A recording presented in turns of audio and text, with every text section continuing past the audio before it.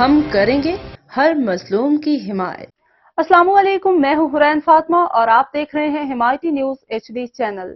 نظر ڈالتے ہیں آج کی اہم خبروں پر۔ سینٹ کی قائمہ کمیٹی خزانہ کے اجلاس میں شیرخوار بچوں کے دودھ کے ڈبے پر ٹیکس اور اسٹیشنری پر سیلز ٹیکس کو مسترد کر دیا گیا۔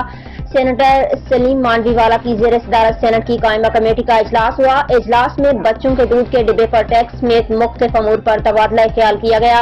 FBR حکام نے کمیٹی کو بتایا کہ اسٹیشنری آئٹمز پر 10% سیلز ٹیکس جبکہ دودھ اور بچوں کے دودھ پر 18% سیلز ٹیکس عائد کرنے کی تجویز ہے۔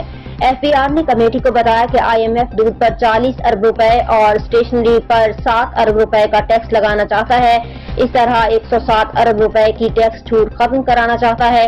سینٹ کی قائمہ کمیٹی کے ارکان نے تجویز پیش کی کہ شیرخوار بچوں کے دودھ کے ڈبے پر 18% سیلز ٹیکس نہ لگایا جائے اور خزانہ کمیٹی کے ڈبے کے دودھ پر بھی 18% سیل ٹیکس کی تجویز مسترد کر دی جائے۔